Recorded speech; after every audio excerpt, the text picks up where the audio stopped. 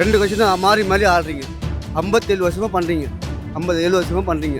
67 அண்ணா பிரிஞ்சு வந்தார், பெரியார் கிட்டேருந்து பிரிஞ்சு வந்தார். அவர் வச்சு தான் எம்ஜிஆரும் வந்தார், கலைஞரும் வந்தார். இது வரைக்கும் என்ன பண்ணாங்க நீங்கள்? இன்றைக்கி கூட 1000 கோடி ஊழல். ஒரு போராட்டம் பண்ணணும்னா தாராளம் பண்ணலாம். அவர் பண்ணாலும் எவ்வளோ வரும்?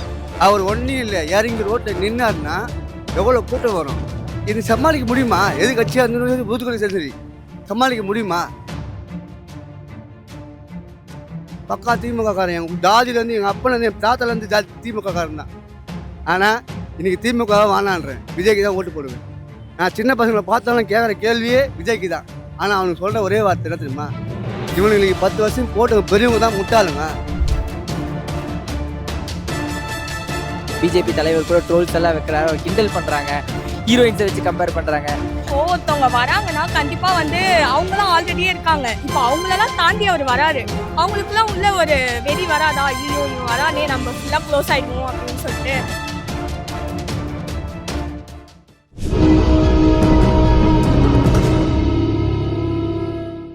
விஜய் அவர்களோட அரசியல் பற்றி என்ன நினைக்கிறீங்க? இப்போதைக்கு ஒன்றும் சொல்லிக்க முடியாது, என்ன கண்டிஷன் இருக்குது. அதுவும் கொஞ்சம் பலமாக வரும். அரசியல் வந்தால் 2026 தான் தெரியும் என்ன முடிவுன்ட்டு. நாங்கள் விஜய் வந்து நல்லா வரணும், அவர் நல்லா வரணும். வீட்டுக்குள்ளேருந்து அரசியல் பண்ணுறதா? வீட்டுக்குள்ளே தான் அரசியல் பண்ணுறாரு கேட்குறீங்க. என்ன எப்படி கேட்குறீங்க? வெளியே வந்து எல்லாரும் வெளியே வந்து தானே அரசியல் பண்ணுறாங்க. வீட்டிலேருந்து ட்விட்டர் பண்ணிட்டு வந்தால் அது அரசியலா? அவர் அரசியல் பயணம் சினிமாவில் நடிக்கும்போது கொஞ்சம் வந்தார், நல்லா இருந்தது. சென்டிமெண்ட்டு நல்லா இருந்தது. அவருடைய அரசியல் பயணம் மீண்டும் மீண்டும் வளர என்னுடைய வாழ்த்துக்கள். அவருடைய அரசியல் வந்து பார்த்திங்கன்னா ஒரு இளைஞர்கள் பட்டாளம், அதாவது 18 வயசுக்கு மேலே பார்த்தீங்கன்னா 35 வயசு 40 வயசு வரைக்கும் இளைஞர் பட்டம் அப்படியே இருக்குது. 20 ஆண்டுகள் காலமாக அவருடைய வளர்ச்சியிலிருந்து இப்போ 40 வயசு இருந்தாலும், அவருக்கு 45 வயசு இருந்தாலும் இளைஞர்கள் பட்டாளம் அப்படியே இருக்குது. அவருடைய வாழ்க்கை பயணம் அடி எடுத்து வைக்கும் என்று கண்டிப்பாக நான் எதிர்பார்க்கிறேன், நம்புகிறேன். அவருடைய குடும்ப அரசியலாக கொண்டு வர மாட்டார், யாருமே கொண்டு வர மாட்டார். இவர் தனிப்பட்ட இளைஞர் பட்டாளத்தை உருவாக்குவார் என்று. அவர் அரசியலுக்கு வந்தாலும் இளைஞருக்கு ஒரு வேலை வாய்ப்பு அதிகமாக கிடைக்கும் என்று எதிர்பார்க்கிறேன். கண்டிப்பாக அவருடைய புத்திசாலித்தனம் தமிழ்நாட்டுக்கு ஒரு விடுதலையாக கிடைக்கும் என்று எதிர்பார்க்கிறேன். இப்போ இளைய தலைமுறை வரட்டும்னு நினைக்கிறேங்க. இளைய தலைவர் தான் நல்லா செய்வார், ஒன்றும் பிரச்சனை வரட்டும். ஓகே, அந்த மாதிரி தான் நினைக்கிறீங்க. சரி, ஓகே. நீங்கள் என்ன நினைக்கிறீங்க? அதே தான் நினைக்கிறோம். அதை பற்றி எதாவது நினைக்கிறீங்க? அதே தான். இருக்கிறவங்க எதுவுமே செய்யலை, அவர் புதுசாக வராரு, என்கரேஜ் பண்ணுவோம். ஏன்னா இதுக்கு முன்னாடி இருந்தவங்களும் நமக்கு எதுவுமே செய்யலை. இனிமேல் வரவங்களாவது செய்வாங்க, புதுசாக வராங்க, ஏதாவது ட்ரை பண்ணுவாங்க இல்லையா மக்களுக்காக. ஸோ அதனால் அதை எதிர்பார்த்துட்டு வெயிட் பண்ணுறோம். அவர் எதிர்பார்க்குறீங்க? அவரும் நல்லா வருவார், வந்து மக்களுக்கு நல்லா செய்வார் அப்படின்னு நினைக்கிறீங்க? ஏன்னா அவர் பேசுறதே வந்து நம்ம வீட்டில் இருந்து ஒருத்தவங்க வந்து பேசுகிற மாதிரி இருக்குது. நம்ம அண்ணா ஒரு மாதிரி ஃபேமிலி ரிலேட்டடாக இருக்குது. கண்டிப்பாக அவர் வரணும்னு நாங்கள் நினைக்கிறோம். அவர் எது பண்ணணுமோ பிளான் பண்ணி தான் பண்ணிகிட்டு இருக்காரு, ஸ்டெப் பை ஸ்டெப்பாக பண்ணிகிட்டு தான் இருக்கிறாரு. அது கண்டிப்பாக அது பண்ணுவார். அது என்ன மக்களுக்கு பண்ணணும் தான் இப்போ வந்துருக்கிறாருல்ல. இன்னும் ஃபிலிம் இண்டஸ்ட்ரியை விட்டு வந்துருக்கிறாருன்னா அது பெரிய விஷயந்தான். அது ஆமாம், அது கண்டிப்பாக அது பெரிய விஷயந்தான். அது ஒரு சாதாரண மனுஷனால அது முடியாது. அதில் 250 கோடி சம்பளம் வாங்குற ஆள் அதெல்லாம் விட்டுட்டு இதில் வந்து ஃபீல்டில் இறங்குறாருன்னா சும்மா விஷயம் கிடையாது. இன்னும் 10 வருஷம் அவர் நடித்தா கூட அவர் ஒரு சம்பாஷ் வருமானு போய்கிட்டே இருக்கலாம் வேலை விட்டு. அதை விட்டுட்டு வந்து இதில் பண்ணுறாருன்னா எதாவது பண்ணணுன்றதுக்காக தான். இல்லை, ஒரு மாற்றத்தை கண்டிப்பாக எதிர்பார்க்கணும்ல. நம்ம ஆல்ரெடி இருந்தவங்களே இருந்து தான் இருக்காங்க. புதுசாக ஒரு மாற்றத்தை பார்த்தா தானே லைஃப் எப்படி தெரியும் நம்மளுக்கு. ஒரு அதெல்லாம் ஒரு புரியும்ல. புதுசாக ஒருத்தர் வந்தால் தான் நல்லாயிருக்கும், வரணும், வந்தால் நல்லாயிருக்கும். ரீசெண்டாக அண்ணாமலை அவர்கள், பிஜேபி தலைவர் அண்ணாமலை அவர்கள் டக்குன்னு ஒரு கருத்து வைக்கிறாரு. அவர் நான் என்ன ஹீரோயின் இல்லை, இடுப்பெல்லாம் கில்லியா வந்து அங்கே மாதிரி கருத்தெல்லாம் வைக்கிறாரு. தேவையில்லாத வார்த்தை. ஒரு அரசியல் வந்து அது ஒரு நாகரிகமான வார்த்தை. அது நாகரிகமான வார்த்தை. அதெல்லாம் அண்ணாமலையோட அது அவர் ரேஞ்சுக்கு அதை சொல்ல தேவையில்ல. அந்த வார்த்தை அது ஒரு போலீஸ் அதிகாரி, அவர் ஒரு தலைவர், மாநில தலைவர், அவர் அந்த வார்த்தை சொல்ல தேவையில்ல. எல்லாருமே பண்ணுறாள் தான், அவர் மட்டும் பண்ணுறது இல்லை, எல்லாருமே பண்ணுறாள் தான். இப்போ ரஜினி சார் வந்தார், அவங்க பண்ணலையா? இல்லை கமல் சார் வந்தால் அவங்க பண்ணலையா? இல்லை யார் தான் பண்ணலை சொல்லுங்கள்? உதயநிதி பண்ணலையா? இல்லை யார் தான் பண்ணலை? எல்லாருமே பண்ணிட்டு தான் இருக்கிறாங்க. யாரும் பண்ணாமலாம் கிடையாது. இல்லை அதெல்லாம் ஒரு விஷயமே கிடையாது. அதுதான் அவரே சொல்லிட்டாருல்ல, சினிமாவாக பாருங்கள், அரசியல் இது அரசியலாக பாருங்கள், சினிமாவாக பாருங்கன்னு அவரே சொல்லிட்டாரு. அது சொன்னதுக்கப்புறம் திருப்பி நம்ம அதில் போயிட்டு நம்ம நோண்டி கூடாது. எல்லாருமே ஹீரோ இருந்து தானே இல்ல, வந்தவங்க. இப்போ ஒருத்தவங்க வராங்கன்னா கண்டிப்பா வந்து அவங்களாம் ஆல்ரெடியே இருக்காங்க. இப்போ அவங்களெல்லாம் தாண்டி அவர் வராரு. அவங்களுக்குலாம் உள்ள ஒரு வெறி வராதா, ஐயோ இவன் வரானே நம்ம ஃபுல்லாக க்ளோஸ் ஆயிடுவோம் அப்படின்னு சொல்லிட்டு. ஏன்னா அவருக்கு ஃபேன் பேஜ் இருக்கு, பீப்புள் சப்போர்ட் இருக்கு. அவர் இப்பத்துலேருந்தே ஹெல்ப் பண்ணல பீப்புளுக்கு, அப்பத்துலேருந்தே ஹெல்ப் பண்ணிட்டு இருக்காரு. ஸோ அவங்களுக்குலாம் ஒரு பயம் இருக்கு. ஸோ அந்த பயத்தினால இந்த மாதிரி ட்ரோல்லாம் பண்ணி கேப்டனை எப்படி இது பண்ணாங்க, ஸோ அந்த மாதிரி இவரையும் பண்ணலாம் அப்படின்னு பார்க்குறாங்க. அது வேலைக்கு வேலைக்காது. இந்த தடவை கண்டிப்பாக ஸ்ட்ராங்காக இருக்கும். ஸ்ட்ராங்காக. அவருக்கு இடுப்பில் கிளன்னா சொன்னால் அவர் போலீஸாக இருந்ததுக்கே தகுதி இல்லாதவர். அதுவும் ஒரு பெரிய போஸ்ட்ல இருந்து கர்நாடகாவில் ஒரு பெரிய கேஸ் பிடிச்சிருக்கிறாரு, முடிச்சுட்டு வந்துருக்காரு. அவர் போய் லேடிஸை பற்றி தப்பாக பேசலாமா? ஒரு படத்தில் நடிக்கிற ஹீரோ எப்படிமா எந்த பொண்ணையும் தொடாமல் நடிக்க முடியாது. இப்போ அரசியல் விஜய்க்கு வராருன்னா அவர் 200 கோடியை தூக்கி போட்டு எதுக்குங்க வரணும்? எதுக்கு வரணும்? அவர் பாட்டுன்னு அவர் குடும்பத்தில் 4 பிள்ளைங்க 2 புள்ள வச்சுக்கணும். அவர் பாட்டுன்னு சொத்து போயின்னு இருக்கிறான்ல. இப்போ தான் 79 தான் பண்ண வச்சுக்கிறாரு. இன்னும் 100 125 படம் நடிக்கலாமா நடிக்கக்கூடாதா? அவருக்கு இந்த தேவையா? ஆனால் நல்லது பண்ணணும், நான் யாருமே கெடுக்கலன்னு சொல்லி வந்தார். போ போகிறோ தான் சொன்னார். விட யாராவது இதை சொன்னாரா? தப்பாக சொன்னாரா? ஒரு வார்த்தையாக தப்பாக சொன்னாரா? அவரை மாதிரி டீசெண்டாக பிடிச்சி யாரும் பண்ணலை. இன்றைக்கி கூட 1000 கோடி ஊழல். ஒரு போராட்டம் பண்ணணும்னா தாராளம் பண்ணலாம்.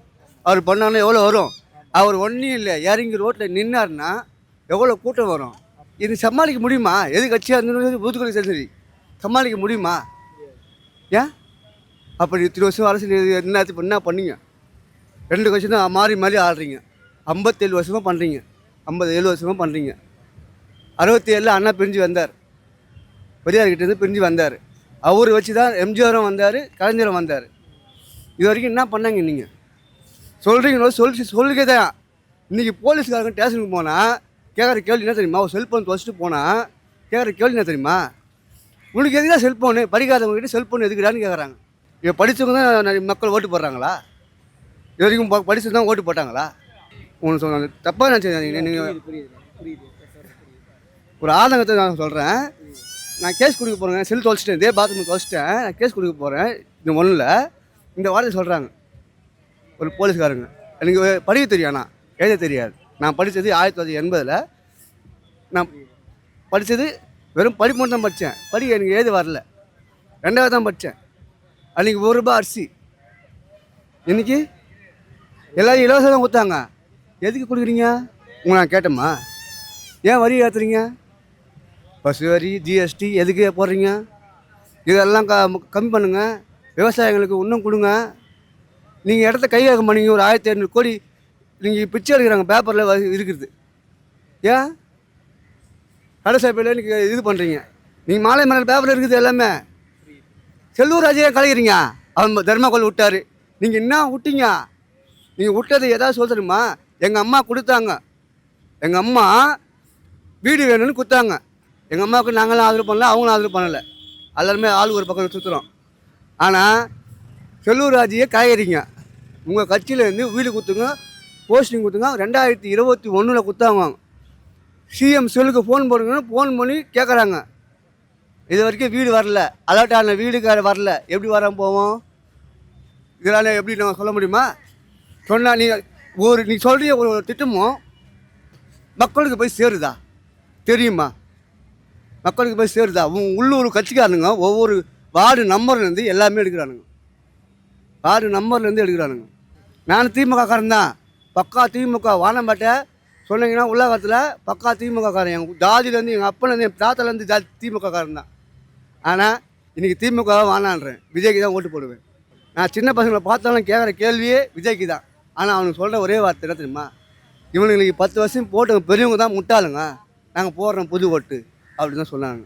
இப்போ அப்படியெல்லாம் பார்த்தீங்கன்னா அரசியலுங்கிறது சினிமா நடிகர்கள் இப்போ பார்த்தீங்கன்னா சமாதிக்கு வந்திருக்கு. எதுக்கு வந்திருக்கிறோம்? எங்களும் சினிமா நடிகர்கள் தான். எல்லா நடிகர்களும் வந்து பார்த்துருக்காங்க, எல்லாம் பண்ணியிருக்காங்க. எல்லாருமே ஒரு கதை கலைஞர் பார்த்தீங்கன்னா ஒரு கதை ஆசிரியர், திரைக்கதை எழுதியிருக்காரு, படம் எடுத்திருக்காரு. எல்லாமே இப்படி தான். அதுக்கு வேண்டி அண்ணாமலை சொல்கிறன்னு வேண்டியது நம்ம ஒருத்தருக்கு குறை போடக்கூடாது. அவருக்கான அது கையில் ஆகாமல் இருக்கலாம். இருந்தாலும் விஜய் எங்கே இருக்குது, தனிப்பட்ட மரியாதை அவருக்கு இருக்குது, மக்கள் செல்வாக்கு இருக்குது, இளைஞர்கள் பட்டாளமும் இருக்குது. கண்டிப்பாக அவங்களோட தனிப்பட்ட கருத்து, அதை நம்ம அதை சொல்ல முடியாது. அவர் வந்தால் நம்மளுக்கு என்ன நல்லது செய்வார்ன்றதை நம்ம பார்க்கணும். அது வரட்டும், வந்த பிறகு தெரியும். அது அவரோட பர்சனல். அது பர்சனல் நம்ம யாரோட பர்சனல் நம்ம கூடக்கூடாது. அவங்க பர்சனல் லைஃப் அவங்க வாழட்டும். அவர் பொதுவாக வரும்போது அவர் வந்து மக்கள் என்ன செய்கிறான்றதை பார்க்கணும்.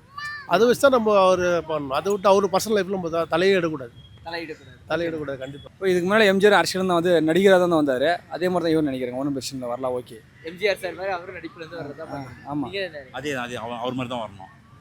வெளியே வந்து களத்தில் நின்னா தான் தெரியும். இன்னும் அவர் உள்ளே இருக்கிறார், இன்னும் வெளியே வரல. இன்னும் மக்கள் முன்னாடி மக்களும் சந்திக்கவில்லை. இன்னும் இப்போ எல்லாம் உள்ள ஒரு ரூமுக்குள்ளே உட்காந்து இருக்கிற மாதிரி அவர் இருக்கிறாரு. இன்னும் வெளியே வரல. வெளியே வந்தால் தான் நாட்டு மக்கள் என்ன நினைக்கிறான்னு தெரியும். ஸோ நீங்கள் இன்னும் அவர் வெளியே வரணுங்கிறீங்க. வெளியே வரணும், அவர் வெளியே வரணும். இன்னும் வெளியே வரல அவர். ஸோ கண்டிப்பாக வெளியே வந்தால் என்னென்ன வெளியே வந்த பிறகுலாம் தெரியும் என்ன ரியாக்ஷன்றது. வெளியே வந்த பிறகுலாம் தெரியும். வெளியே வரணும், வெளியே வந்தால் தான் தெரியும். ஸோ அப்போ அந்த ஹீரோவாக இருந்து நடிகராக இருந்து அப்போ ரொமான்ஸ் பண்ணிட்டு அரசியல் வரல எந்த தப்பு கிடையாது இல்லைண்ணே. அது ஒரு வேலை தான். ஒன்றும் இல்லை, அவர் தமிழ்நாடு சேர்ந்தவர் தான் வரலாம், தப்பு இல்லை, வரட்டும், ஓகே, ஒன்றும் பிரச்சனை இல்லை. செய்வார்னு ஒரு நம்பிக்கை இருக்குது. செய்வார்னு ஒரு நம்பிக்கை இருக்குது. உண்மைதானே? என்ன அப்படி நினைக்கிறீங்க? அப்புறம் என்ன சொல்லுங்க, நீங்களே சொல்லுங்கள். இல்லை எதனால் ஒரு கருத்து இருக்குல்ல, இதனால தான் அப்படி நினைக்கிறோம். இவங்க வந்து போராட்டம் பண்ணுறாங்க, ஒயின் ஷாப்பு போயிட்டு பிஜேபி. அதை வந்து ஒன்று ஆதரிக்கிற இல்லை வேணாம். அவங்களையும் ஆப்போசிட்டாக பேசிட்டு டிஎம்கே ஆப்போசிட்டாக பேசிட்டு ஏதாவது ஒரு பக்கம் இருக்கணும்ல. ஒன்று ஒயின் ஷாப் வேணும்னு சொல்லணும், இல்லை வேணாம் சொல்லணும். ஆதரிக்கிறவனும் திட்டா, எதிர்க்கிறவனும் திட்டா. புரியுதா உங்களுக்கு? ஏதாவது ஒரு பக்கம் இருக்கணும். திமுக ஒயின் ஷாப் வச்சுருக்க, அதையும் சப்போர்ட் பண்ணுறேன், அவனையும் திட்டுறேன். இவன் போராட்டம் பண்ணுறான், இவனையும் திட்டுறேன். கரெக்டுங்களா? பக்கமும் இல்லை. டிஎம்கேவோட பி டீமாக விஜய் அவர்கள் இருப்பாருலாம் சொல்கிறாங்களா, அப்படிலாம் இருக்க வாய்ப்பு இருக்குன்னு நினைக்கிறேன். கண்டிப்பாக இல்லை. விஜய் இங்கே இருக்காரு, அவர் இங்கே இருக்காங்க. ஸோ வாய்ப்பே இல்லை. அவருக்கு ஈக்குவலாக அவங்க வரவே முடியாது. அது தெரியல, அது தெரியல, சொல்ல முடியாது. அதே எப்படி சொல்லணும்? அப்படியான்னு கேட்குறேன். அதுவும் சொல்ல முடியாது. அதெல்லாம் இல்லை. அது இல்லைன்னு சொல்ல முடியாது, ஆமான்னு சொல்ல முடியாதுல்ல. அந்த மாதிரி இருக்கு. ஆனால் அவர் அரசியல் வந்து வரவேற்கிறீங்களா இல்லையா? நீங்க என்ன நினைக்கிறீங்க? ஆமாம், நான் வரவேற்கிறேன் தான். எனக்கு பிடிக்கும், விஜய் பிடிக்கும், அதெல்லாம் வரவேற்கிறேன் தான். நெக்ஸ்ட் டைம் எலெக்ஷன் ஓட்டுக்கு அவருக்கு தான் ஓட்டு போடலான்னு இருக்கோம். ஆமாம், ஒரு அவட்டும் பிஜேபி போடுறேன் நவுத்தி விடும். விஜய் வரணும், ஜெயிக்கணும், அவர் நல்லதை செய்யணும், அவ்வளோதான். இந்த ஐட்டம் விஜய் தான் வரணுமே. ஆமாங்க, ஆமாம். பாருங்க, வீட்டுக்குள்ளேயே வந்து 2 ஓட்டை வந்து தான் இருக்கு. எல்லாம் இப்போ எல்லாம் புது ஓட்டு போடுவாங்க. ஒரு ஆட்டி ஒரு இப்போ நீங்கள் கேட்குறீங்க மைக்கு தூக்கிட்டு வந்தேன். அதேமாதிரி விஜய்கிட்ட போய் கேட்டாங்கன்னு வச்சுக்கோங்க, பேச தெரியாது. புரியுதா உங்களுக்கு? அண்ணாமலை பற்றி பேசுகிறாப்புல, விஜய் போய் 10 பேர் ப்ரெஸ் இந்த மாதிரி கேட்குறீங்க மைக்கு தூக்கிட்டு ஒரு பதில் சொல்ல சொல்லுங்கள். அவங்க வண்டவாளம் தெரிஞ்சிடும். இவங்க போகிறேன்னு சொல்கிறாங்களே, டிவியில் அவங்க ப்ரெஸ்ஸை பார்த்துட்டாங்கன்னு வச்சுக்கோங்க, இவங்க வந்து போட்டுருவாங்களா ஓட்டை? நிறையா மாறும். ஜெயிக்க முடியும். ஐயோ, அவங்க இப்போ விஜய்க்கு செய்கிறாங்கன்னா எல்லாம் ஓட்டு போட்டால், மக்கள் ஓட்டு போட்டால் எல்லாம் செய்யலாம். 4 பேர் ஓட்டு போடலைன்னா இவங்க 4 பேர் போடலைன்னா அவங்க 4 பேர் போடலைன்னா ஜெயிக்க முடியாது. எல்லாமே இந்த ஐட்டம் வர்றது, ஆனால் விஜய் தான் வர போகிறாங்கன்னு எல்லாமே ஒரு இது நம்பிக்கை. ப்ரெஸ் மீட்டு தான், ஒரே ஒரு ப்ரெஸ் மீட்டு கொடுத்தாப்புலன்னு வச்சுங்க, எல்லாம் முடிஞ்சிடும். தெரிஞ்சிடும்ல. அப்புறம் அவங்க பேச்சு எப்படின்னு வீட்டில் ஏந்த அரசியல் பண்ணால் எப்படி வெளியே வரணும். ஒரு ப்ரெஸ் மீட்டு கொடுக்கணும்ல, ஏதாவது ஒன்று கொடுத்தா தெரியும்ல அவங்க லெவல் எப்படி. இந்த லெவல் வீட்டில் ஏந்த அரசியல் பண்ணால் எல்லாம் வந்து ஓட்டு போட்டுருவாங்களா? இவங்க தெரியல. புரியுதுங்களா உங்களுக்கு? படம் பார்த்தாங்க ஓட்டு போகிறேன்றாங்க. ப்ரெஸ் மீட்டு போய் இப்போ சீமான் பேசுகிறாப்புல, அண்ணாமலை பேசுகிறாப்புல, ஸ்டாலின் கூட பேசுகிறாப்புல, அந்த மாதிரி விஜய் வந்து பேசுனாங்கன்னு வச்சுங்க, அன்றைக்கி தெரிஞ்சிடும் அவங்க லெவல் என்னன்னு.